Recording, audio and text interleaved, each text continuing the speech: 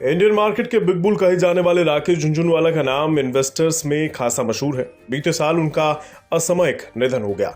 Investment की उनकी विरासत अब उनकी पत्नी रेखा झुनझुनवाला संभाल रही हैं और वे भी बेहद सक्रियता के साथ स्टॉक मार्केट में अपने इन्वेस्टमेंट को मैनेज कर रही हैं।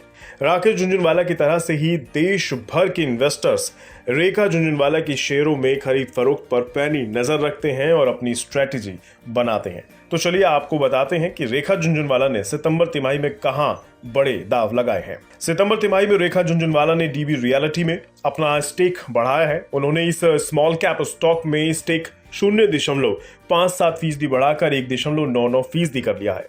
इसके साथ ही उन्होंने फोर्टिस हेल्थ केयर में भी खरीदारी की है। दूसरी तरफ फेडरल बैंक में उन्होंने अपनी हिस्सेदारी घटाई है। रेखा झुनझुनवाला के पास जून क्वार्टर के आखिर में डीबी रियलिटी की 1.42% हिस्सेदारी थी, जबकि सितंबर तिमाही के आखिर में उनका स्टेक इस शेयर में बढ़कर 1.99% हो गया।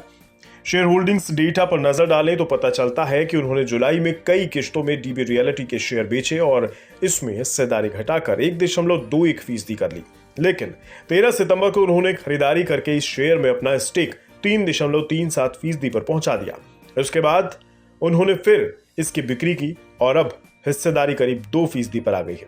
इससे आइडिया लग रहा है कि झुनझुनवाला ने इस तिमाही में डीबी रियलिटी में आंशिक प्रॉफिट बुकिंग कर लिया है।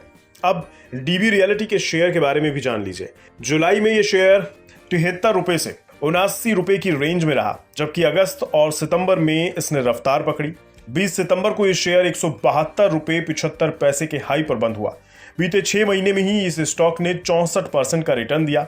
दूसरी तरफ निफ्टी 50 ने इसी अवधि में 6% रिटर्न दिया है। गुरुवार को जब बाजार बुरी तरह से टूटा तब भी यह शेयर दमदार साबित हुआ।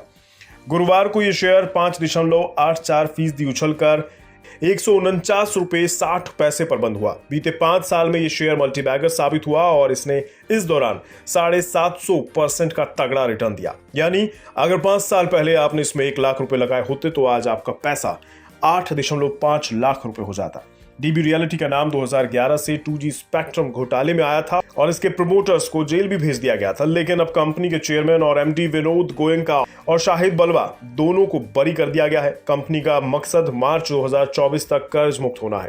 खैर, सितंबर तिमाही में रेखा झुनझुनवाला ने फोर्टिस हेल्थ केयर में अपना स्टेक बढ़ाकर 4.66% कर लिया है, जबकि फेडरल बैंक में स्टेक को घटाकर 2.01% कर लिया है। इसके अलावा उन्होंने ऑटो लोन इंडस्ट्री और रैलीज इंडिया में भी अपनी हिस्सेदारी घटाई है। झुनझुनवाला की ऑटो लाइन इंडस्ट्री में 7.75% हिस्सेदारी थी, जबकि रैलीज इंडिया में यह स्टेक 2.52% था। सितंबर तिमाही में उनकी इन कंपनियों में होल्डिंग्स नहीं दी गई है।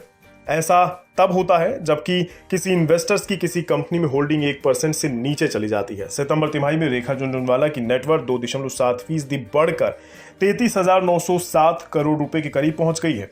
इसी तिमाही में निफ्टी 50 इंडेक्स ने 2.3% रिटर्न दिया है। ऐसा तब है जबकि उन्होंने अपने पोर्टफोलियो को घटाकर 24 स्टॉक्स में सीमित किया है। यह आंकड़ा इससे पिछले तिमाही में 26 स्टॉक्स का था। अक्टूबर में रेखा झुनझुनवाला के पोर्टफोलियो की नेटवर्थ 33,984 करोड़ रुपए के ऊपर पहुंच गई थी।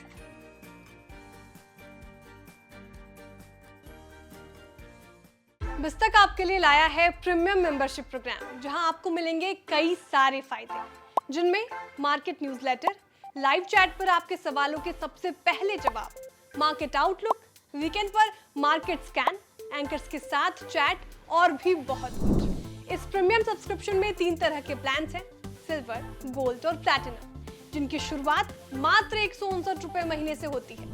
इससे जुड़ना भी बेहद आसान है। बिस्तक के YouTube चैनल पर जाएं, ज्वाइन बटन पर क्लिक करें और अपना प्लान सिलेक्ट करें। बस बन गए आप हमारे प्रीमियम मेंबर।